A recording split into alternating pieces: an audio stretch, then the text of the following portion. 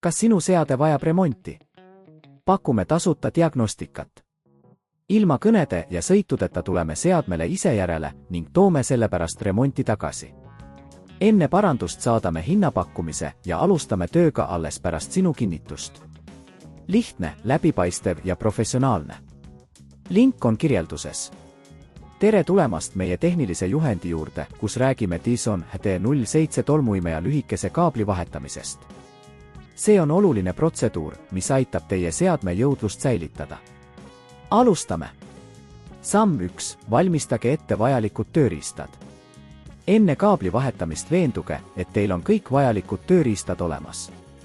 Teil on vaja Philips kruvikeerajat, uut lühikest kaablit, kindaid soovitatav, vana kaabli eemaldamiseks vajadusel ka tangid. Samm 2. Eemaldage seadme toitekaabel. Oluline on enne tööde alustamist eemaldada Dyson HD07 tolmuimeja toitekaabel. Lülitage seade välja ja eemaldage pistik seinakontaktist.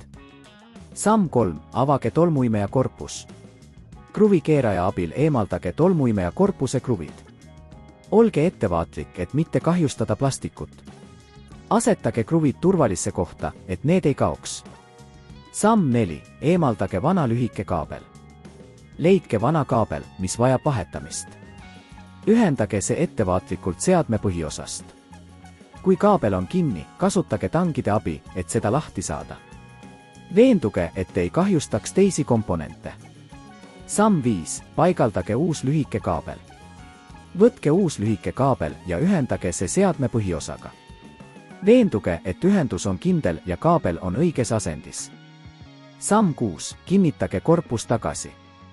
Kui uus kaabel on paigaldatud, kinnitage tolmuimeja korpus tagasi. Kasutage eelnevalt eemaldatud kruve, et tagada, et kõik on korralikult paigas. Samm 7. Testige seadet. Enne seadme kasutamist soovitame seda testida. Ühendage tolmuimeja vooluvõrku ja lülitage see sisse. Veenduge, et uus kaabel töötab korralikult ja seade toimib nagu enne. Tasuta diagnostika ja teenused. Kui te ei soovi ise kaabli vahetamist teha, pakume tasuta diagnostikateenust. Meie spetsialistid saavad tulla teie koju ja hinnata seadme seisukorda. Samuti pakume kodust pealevõtmise teenust, et tuua seade meie töötuppa.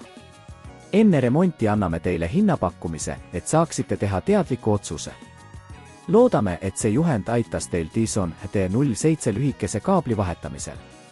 Kui teil on küsimusi, pöörduge meie teenuste poole või jätke kommentaar. Kas sinu seade vajab remonti? Pakume tasuta diagnostikat. Ilma kõnede ja sõitudeta tuleme seadmele ise järele ning toome sellepärast remonti tagasi. Enne parandust saadame hinnapakkumise ja alustame tööga alles pärast sinu kinnitust. Lihtne, läbipaistev ja professionaalne. Link on kirjelduses.